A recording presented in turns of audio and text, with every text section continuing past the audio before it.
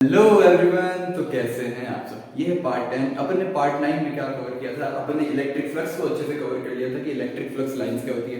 ठीक है, उसमें अपन ने कुछ सिंपल पेंडुलम के टाइम पीरियड के केसेस भी पढ़े थे और डिटेल में अपन ने प्रॉपर्टी जानी थी इलेक्ट्रिक फ्लक्स की। ठीक है, इस लेक्चर में अपन क्या कवर करने वाला है। इस लेक्चर में अपन ने हेडिंग तो आपको दिख रही होगी कि गाउस थ्योरम को अच्छे से कवर करने वाला है।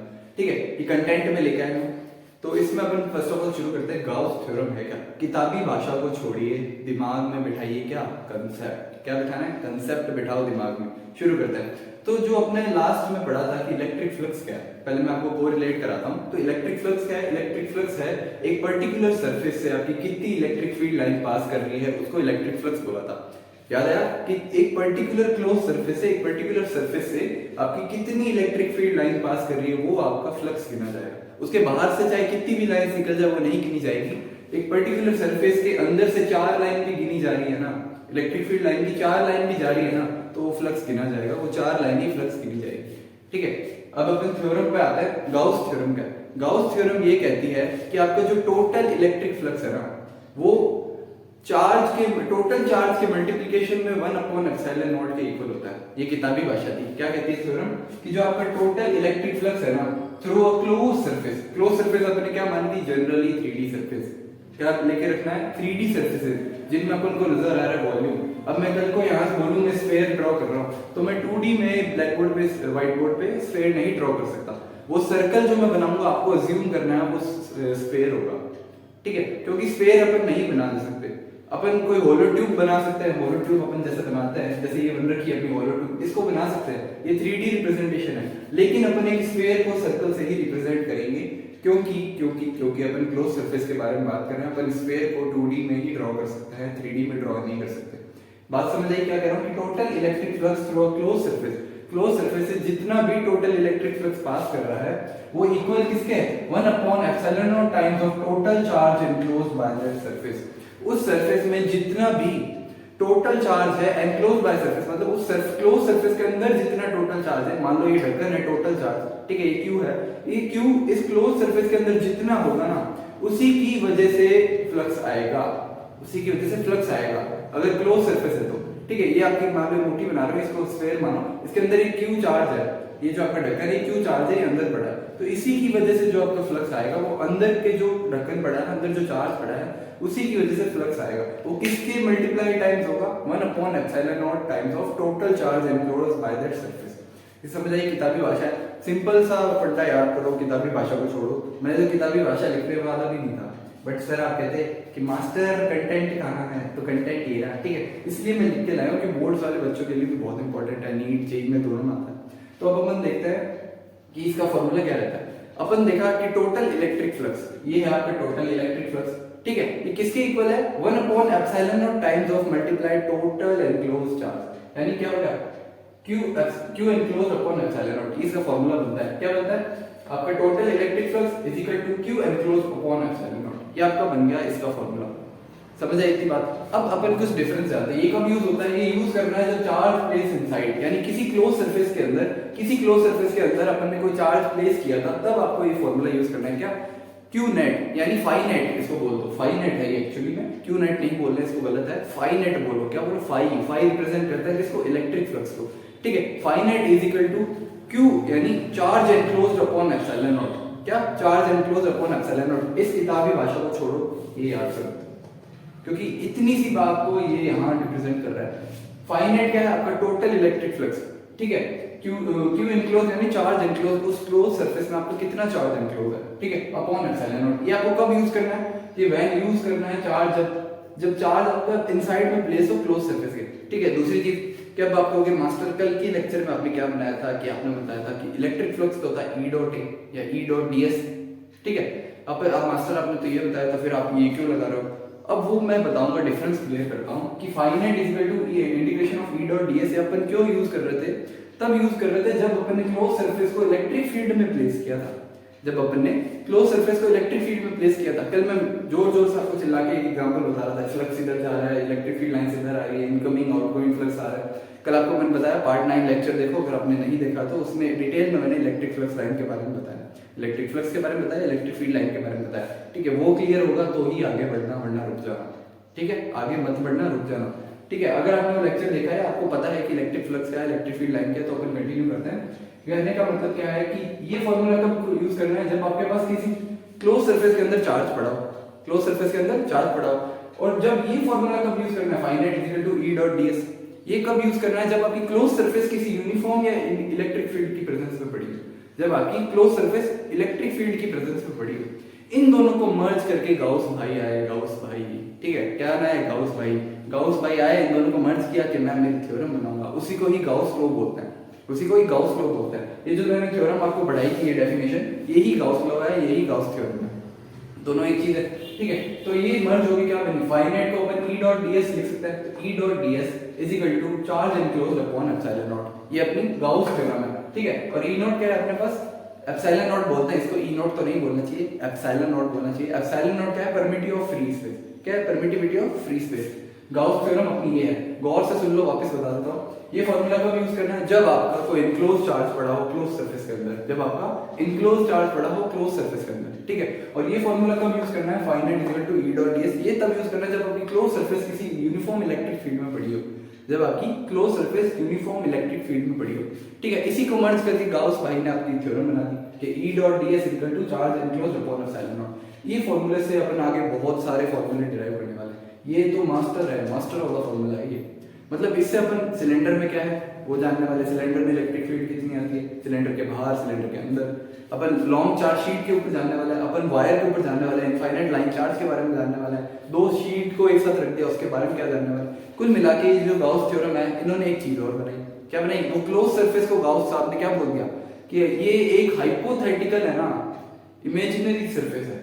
क्या करते हैं कि मान लो कोई आपका स्फीयर लिया है इन्होंने, ठीक है, आपका स्फीयर लिया कोई इन्होंने, तो गाउस भाई क्या कहते हैं, मैं मेरी गाउस की एक क्या बनाऊंगा, हाइपोथेटिकल सरफेस बनाऊंगा। उस हाइपोथेटिकल सरफेस के अंदर वो स्फीयर आ गया, उस हाइपोथेटिकल सरफेस के अंदर वो स्फीयर आ गया। अब बोलते हैं कि जो मैंने सरफेस बनाई है ना, जिसके अंदर मैं स्फीयर मान रहा हूँ, वो गाउसियन सरफेस है। वो क्या है, गाउसियन सरफेस। गाउसियन सरफेस कुल मिला के एक हाइपोथेटिकल है। अब जैसे मैं यहाँ सोच रहा हूँ कि मुझे एक स्क्वायर दिख रहा है, लेकिन एक्चुअली में वो नहीं प्रेजेंट, वही गाउसियन सरफेस है, वही गाउसियन स्क्वायर है।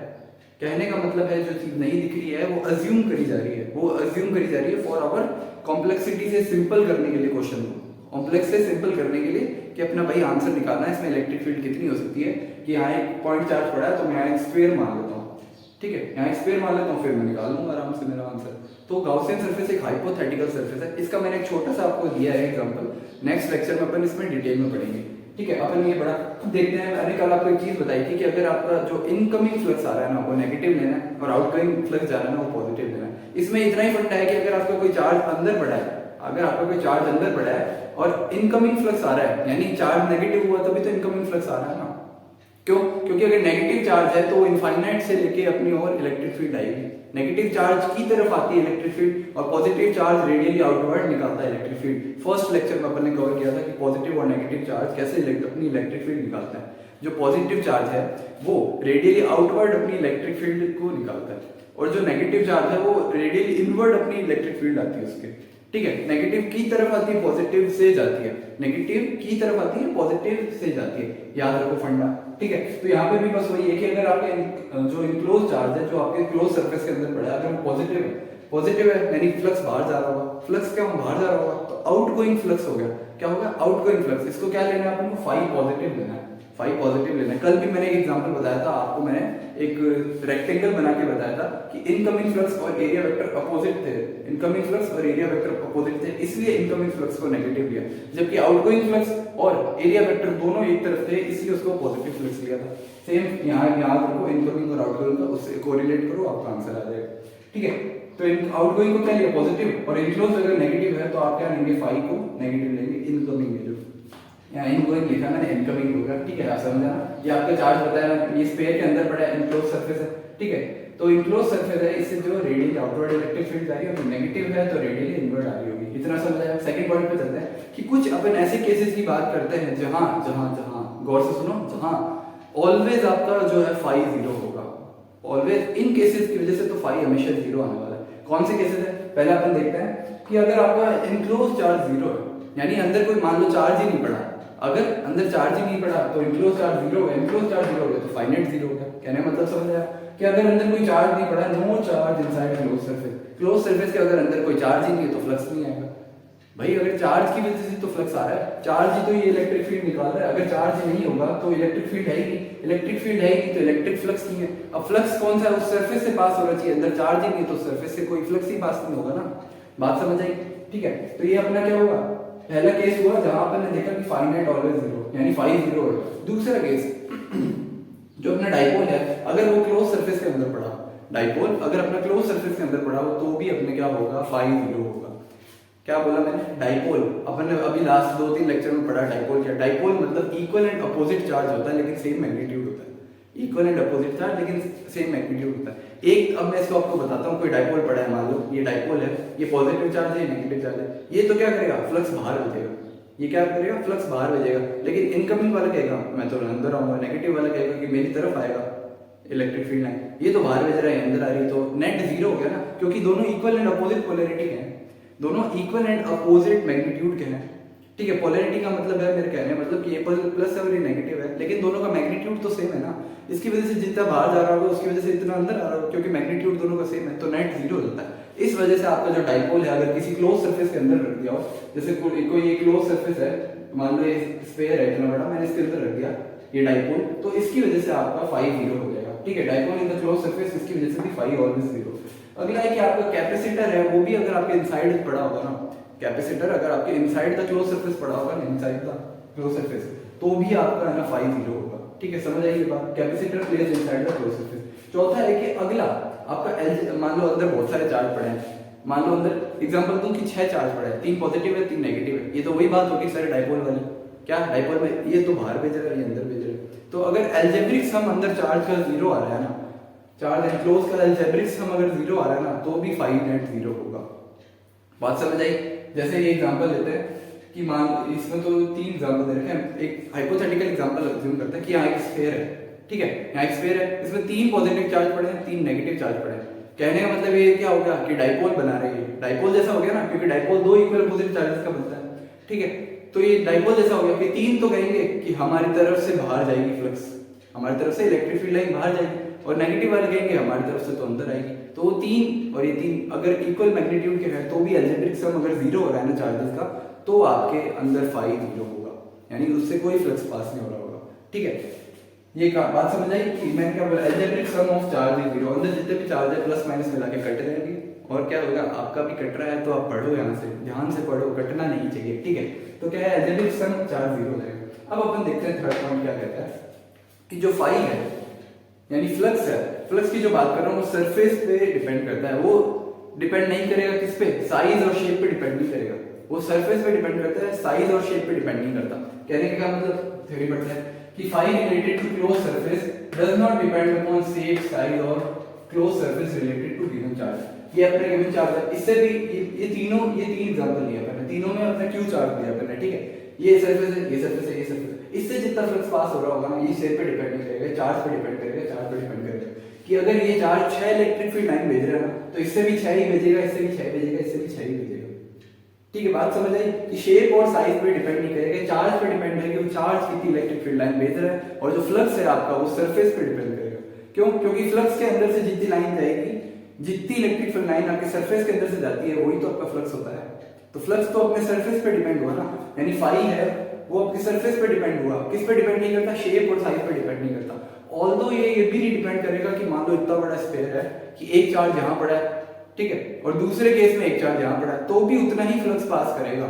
अगर ये क्यू चार्ज भी 6 इलेक्ट्रिक फील्ड लाइन निकाल रहा है ना, तो ये क्यू चार्ज इधर पड़े हुए भी 6 इलेक्ट्रिक फील्ड लाइन निकालेगा, और दोनों जो केस अपन ले रहे हैं स्फीयर के, दोनों में पोजीशन पे डिपेंड नहीं करेगा, पोजीशन पे डिपेंड नहीं करेगा, शेप और साइज पे डिपेंड नहीं करेगा। अगला पॉइंट अपना यही कहता है कि phi related to close surface do not depend upon position, it is placed inside close surface. ये आपने दो केस लिए, एक में अपन ने जो क्यू चार्ज है ऊपर पड़ा है, एक में नीचे पड़ा है। ये फ्लाई इस पे डिपेंड नहीं करता कि अंदर कहाँ पड़ा है, ये तो कहेगा कि मेरी क्लोज सरफेस में कहीं भी पड़ा हो, मेरे पास अगर 6 इलेक्ट्रिक फील्ड लाइन आ रही है तो वो 6 का फ्लक्स मिल रहा है मेरे को।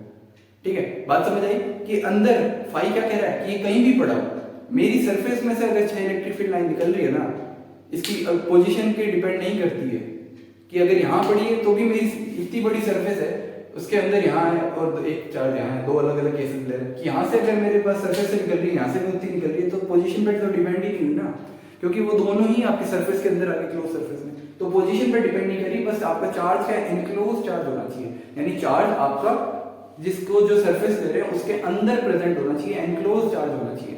ठीक है, बात समझ आई? इसकी पोजीशन पे डिपेंड नहीं करती। दूसरा क्या, शेप और साइज पे भी डिपेंड नहीं करता आपका फाई।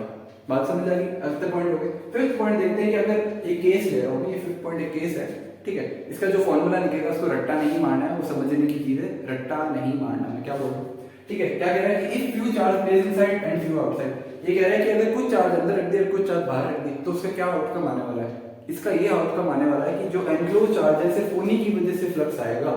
मैं क्या बोला? एनक्लोज चार्ज है सिर्फ उन्हीं की वजह से फ्लक्स आएगा, लेकिन इलेक्ट्रिक फील्ड सबकी वजह से आ सकती है।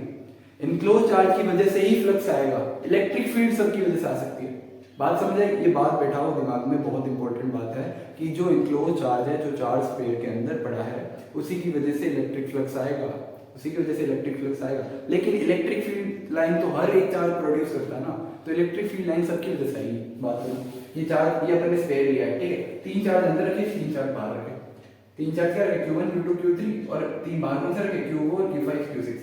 अब देखते हैं, flux will only obtain from enclose charge only, but electric field at any point will be obtain bye all charges. Electric field तो हर चार्ज निकालता है, ये अपन ने देखा, पॉजिटिव हो चाहे नेगेटिव हो, हर चार्ज है, अगर वो चार्ज है तो इलेक्ट्रिक फील्ड लाइन तो प्रोड्यूस करेगा ही। ठीक है, तो फ्लक्स किसकी वजह से आता है? अभी अपन ने देखा कि फ्लक्स आता है एनक्लोज चार्ज की वजह से, फ्लक्स आता है नेट फ्लक्स एनक्लोज चार्ज की वजह से आता है, तो फ्लक्स सिर्फ इनकी वजह से आएगा, Q1 Q2 Q3 की वजह से आएगा। अब अपन इसमें गॉसियन थ्योरम लगाते हैं। गॉसियन थ्योरी क्या कहती है? ये है अपनी Gaussian theorem, E dot ds equal to Q epsilon not, Q by epsilon not, और जो Q है वो एनक्लोज चार्ज है। वापस बोल देता हूं, E dot ds equal to charge enclosed upon epsilon not. ये अपनी गॉसियन थ्योरम यहां लगाते हैं। इलेक्ट्रिक फील्ड तो सबकी वजह से आएगी, 6 चार्ज है तो 6 इलेक्ट्रिक फील्ड आएगी। ठीक है, E1 E2 E3 E4 E5 E6 किसकी वजह से? Q1 की वजह से E1, Q2 की वजह से E2, Q3 की वजह से E3, ऐसी करके इन तीन की चार्जेस की भी इलेक्ट्रिक फील्ड आ गई इनटू A।